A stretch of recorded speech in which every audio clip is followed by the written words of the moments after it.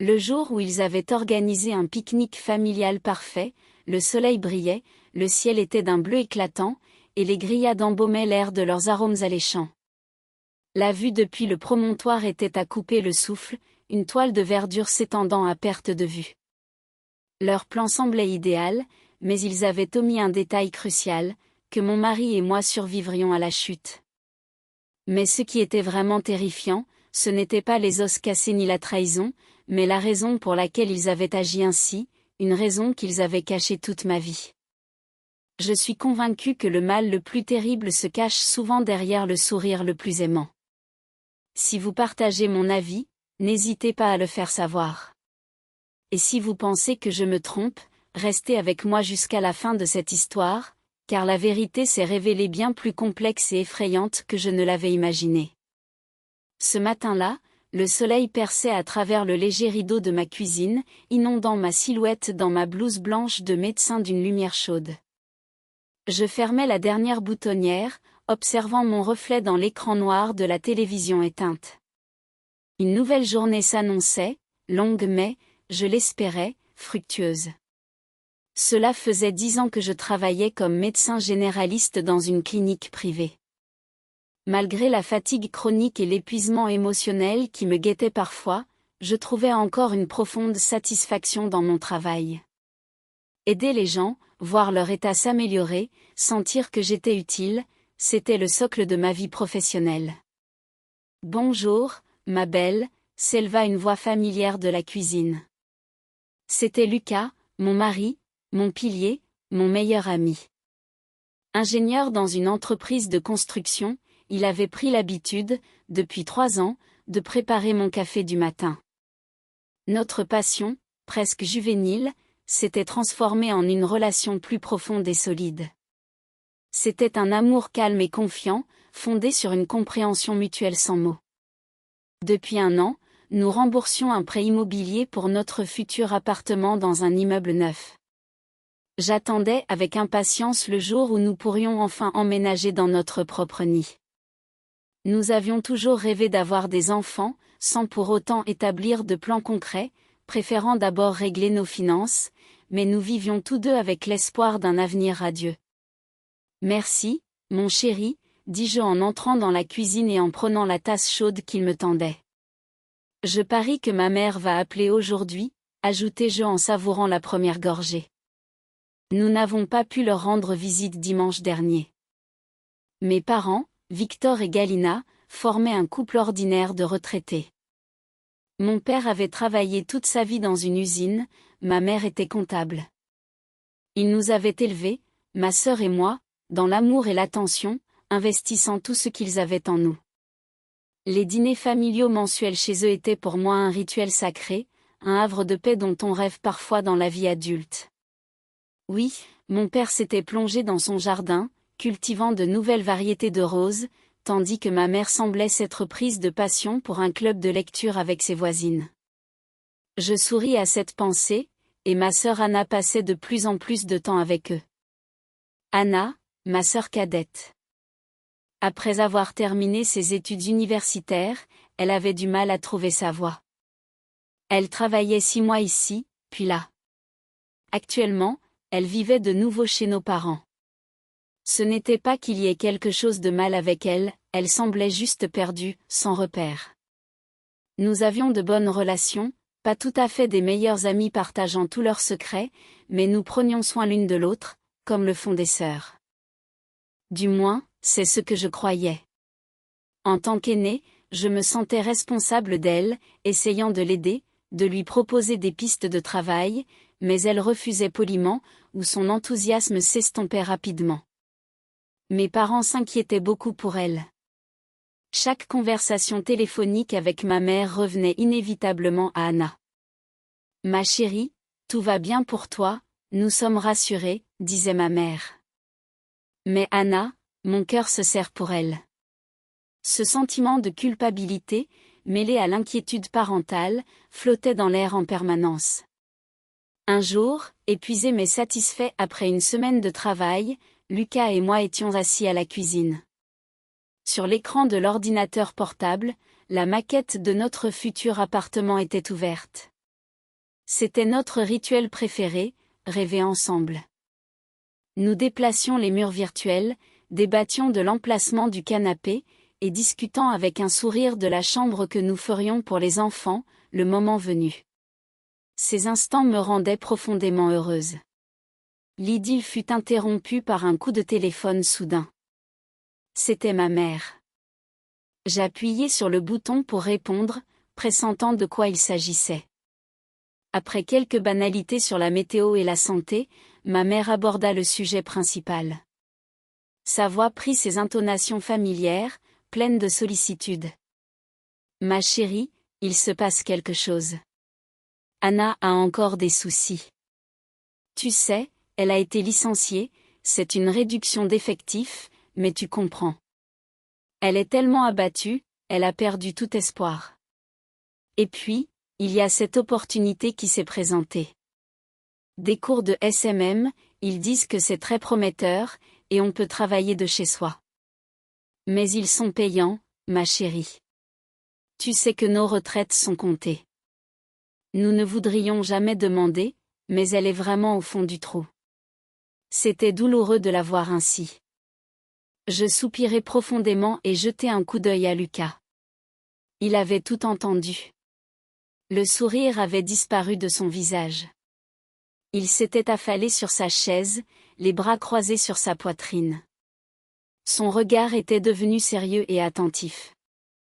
Je me sentais comme si j'étais prise en flagrant délit. Sous ce regard, je murmurai dans le combiné.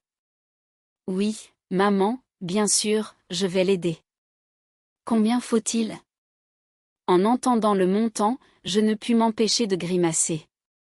C'était l'équivalent de notre mensualité de prêt immobilier, mais je me contentais de répondre « D'accord, je ferai le virement demain. » Lorsque je raccrochai, l'atmosphère dans la cuisine devint lourde. Nous restâmes silencieux quelques minutes. Lucas fixait un point dans le vide, tapotant des doigts sur la table. Enfin, il prit la parole. « Écoute, c'est déjà la 5e fois en 2 ans qu'elle a besoin de cours prometteurs. Nous économisons chaque centime pour les travaux, pour notre avenir. Et ta sœur, c'est juste un gouffre. Un gouffre dans lequel tes parents jettent d'abord leur petite retraite, puis nos économies. » « Lucas, que dis-tu ? » Je sentis la colère monter en moi. C'est ma sœur, elle traverse une période difficile, elle cherche sa voie. Mes parents aussi ont leurs propres difficultés. Ils ont des difficultés parce qu'ils encouragent son infantilisme, rétorqua-t-il calmement mais fermement. Au lieu de lui faire prendre ses responsabilités, de trouver un emploi et de s'y tenir, il cherche toujours quelqu'un pour résoudre ses problèmes. Et cette personne, c'est toujours toi. Tu es leur ressource inépuisable. Ce n'est pas vrai. Il l'aime et s'inquiète pour elle. Aimer, c'est parfois dire non, dire « Ma fille, tu es adulte, débrouille-toi. » Mais ils ne le font pas. Ils lui ont inculqué la certitude que sa grande sœur viendra toujours à la rescousse. Ces mots résonnaient avec une froideur implacable, et cela ne faisait qu'aggraver ma douleur.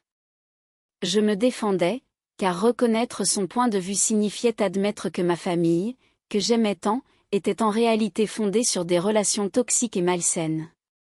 Tu ne comprends pas. C'est ma famille, c'est mon devoir. Ton devoir est de construire notre famille, dit-il plus doucement, me regardant droit dans les yeux.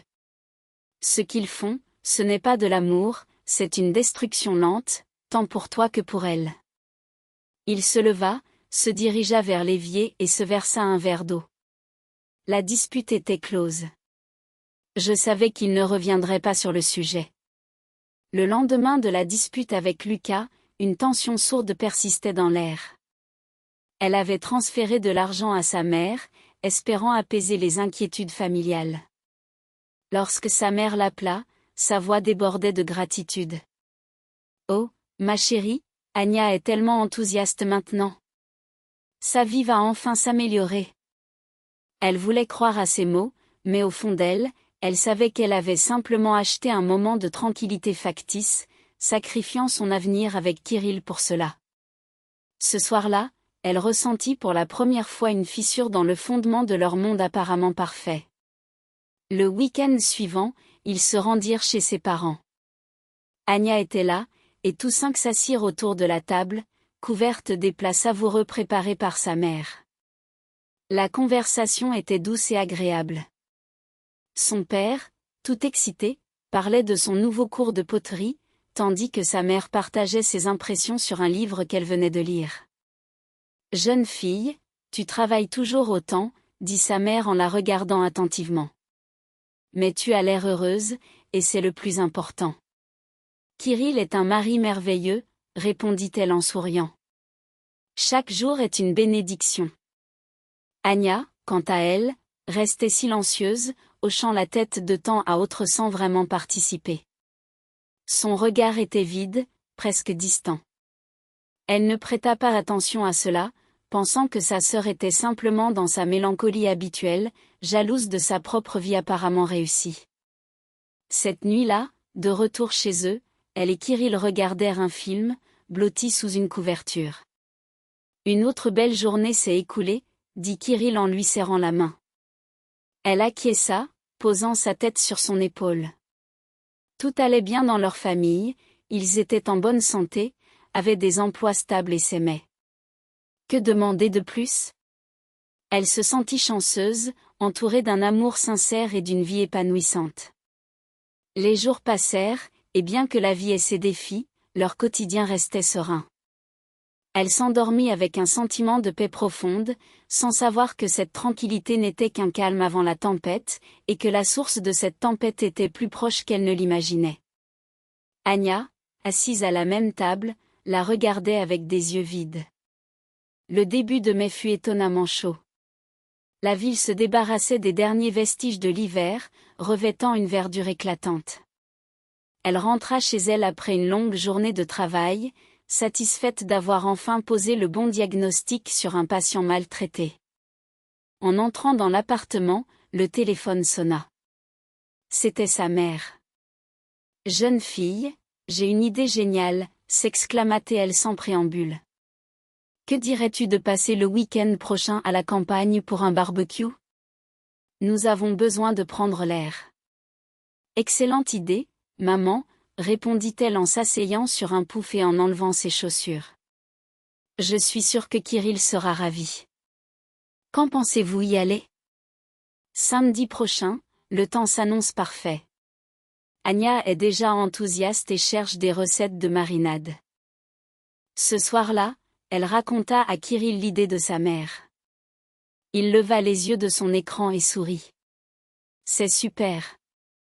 Nous avons besoin de sortir un peu. » Elle lui demanda où ils iraient, et sa mère répondit qu'Anya s'occuperait de l'organisation, qu'elle les appellerait le lendemain pour les détails. Le lendemain, Anya appela effectivement. Son ton était étonnamment énergique, un enthousiasme qu'elle n'avait pas entendu depuis longtemps. « J'ai trouvé un endroit incroyable. Un ancien camp de pionniers près de la rivière.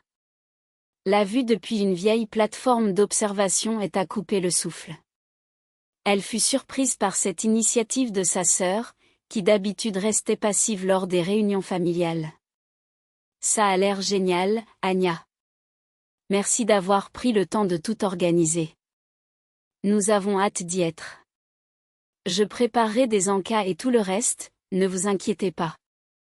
Je veux que ce soit une journée spéciale pour nous tous. » Le week-end suivant, elle et Kirill se rendirent dans un magasin de sport pour acheter des chaussures confortables et des sacs légers. Le vendeur, un homme d'âge moyen avec un visage marqué par l'expérience, leur donna des conseils utiles. Lorsque le sujet de leur destination fut évoqué, son expression devint sérieuse.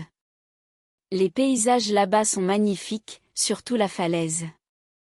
Mais soyez prudents. »« Prudent ?» demanda-t-elle, une pointe d'inquiétude dans la voix.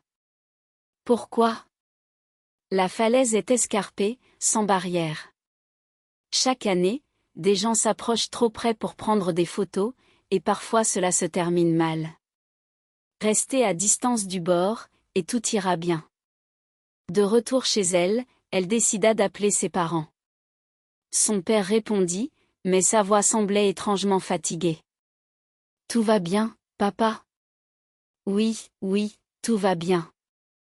Juste un peu de mal à dormir ces derniers jours. Mais nous attendons avec impatience le voyage. Sa mère prit ensuite le téléphone, et son ton était tout aussi étouffé. Je vais très bien, chérie. Anya est pleine de projets, et nous l'aidons à préparer tout ça. Je suis ravie que nous passions du temps ensemble, comme avant. Après avoir raccroché, elle partagea ses préoccupations avec Kirill. Mes parents semblent un peu étranges, leurs voix sont fatiguées. Peut-être que c'est l'âge, ou qu'ils traversent quelque chose, suggéra Kirill, pensif. Quand j'ai parlé à ta mère, elle a commencé à dire quelque chose sur nous, puis a brusquement changé de sujet. 2 jours avant le départ, Anya arriva chez eux sans prévenir. C'était inhabituel. Elle était assise dans leur salon, un air préoccupé sur le visage. Anya était assise sur le canapé, les mains entrelacées, une expression nerveuse sur le visage. « J'ai besoin de vous parler », annonça-t-elle d'une voix hésitante. « De quoi s'agit-il » demanda sa sœur, intriguée. Anya prit une profonde inspiration avant de continuer. « C'est à propos du voyage. J'aimerais modifier un peu notre itinéraire. Je souhaite que nous passions plus de temps au point de vue. » Kirill, qui venait de revenir de la cuisine avec une tasse de thé, se joignit à la conversation. « Quel changement as-tu en tête » demanda-t-il. Anya déplia une carte sur la table basse. « Je propose que nous prenions un chemin différent vers la falaise. Il est un peu plus long, mais les vues y sont meilleures. » Elle pointa du doigt le trajet sur la carte. « Cela nous permettra de passer plus de moments spéciaux ensemble en famille. » La nouvelle route semblait effectivement plus pittoresque, mais elle paraissait aussi plus difficile, avec une montée plus raide. « Est-ce que ça ne va pas être trop dur pour maman et papa » s'inquiéta la sœur. « Tout ira bien, » répondit Anya d'un ton un peu trop assuré.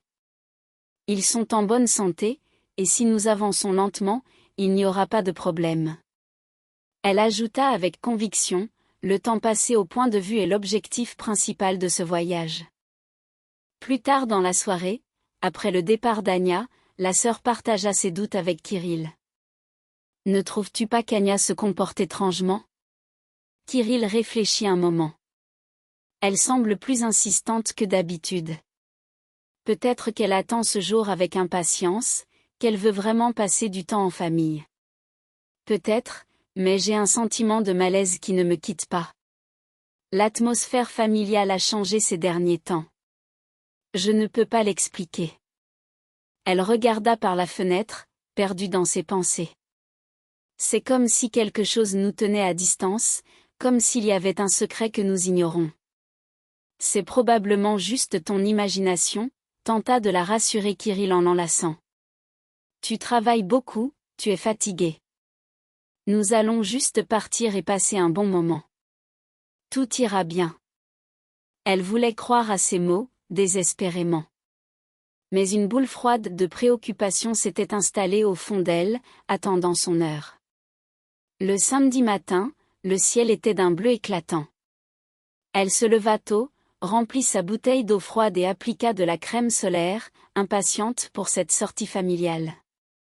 Kirill se préparait aussi, vérifiant la pression des pneus de la voiture. Ils étaient tous deux excités par la journée à venir, espérant qu'elle dissiperait ses inquiétudes et ramènerait la légèreté dans leur famille. À 9 heures, comme convenu, ils arrivèrent chez les parents. Maman et papa les attendaient à l'entrée, vêtus de vêtements de randonnée. Mais elle remarqua immédiatement une tension subtile sur leur visage. Au lieu des sourires chaleureux habituels, il y avait une sorte de vivacité artificielle. « Bonjour, papa, maman » dit-elle en les embrassant. « Quel temps magnifique !»« Oui, c'est une journée parfaite » répondit sa mère, mais une légère tremblement trahissait son ton. Anya apparut alors, portant un grand sac à dos et tenant une carte détaillée. Dans ses yeux brillait une détermination qu'elle n'avait jamais vue auparavant. Tout le monde est prêt, demanda-t-elle d'une voix vive, mais mécanique, comme un présentateur annonçant une nouvelle. Aujourd'hui sera un jour spécial. Ils prirent la route en 2 voitures, Kirill et sa sœur devant, tandis que leurs parents suivaient derrière. Pendant le trajet, Kirill essayait de maintenir une conversation en commentant les paysages, mais elle ne pouvait s'empêcher de jeter des coups d'œil dans le rétroviseur. Elle voyait Anya, au volant, discuter sérieusement avec leurs parents à l'arrière. Ils ne souriaient pas, écoutant simplement, hochant la tête avec des visages impassibles. Arrivée sur le parking d'un ancien campement, Anya déplia immédiatement la carte et commença à donner des instructions. D'abord, nous prendrons un sentier forestier facile et après environ 1 heure, nous arriverons à une petite cascade. Elle traça le chemin du doigt. Là, nous ferons une pause, puis nous nous dirigerons vers le point de vue. Le chemin sera un peu plus raide, mais la vue en vaut vraiment la peine. Ils se mirent en route. Le premier heure, ils marchèrent effectivement sur un beau sentier forestier. La fraîcheur des feuilles filtrait doucement la lumière du soleil, et les oiseaux chantaient joyeusement.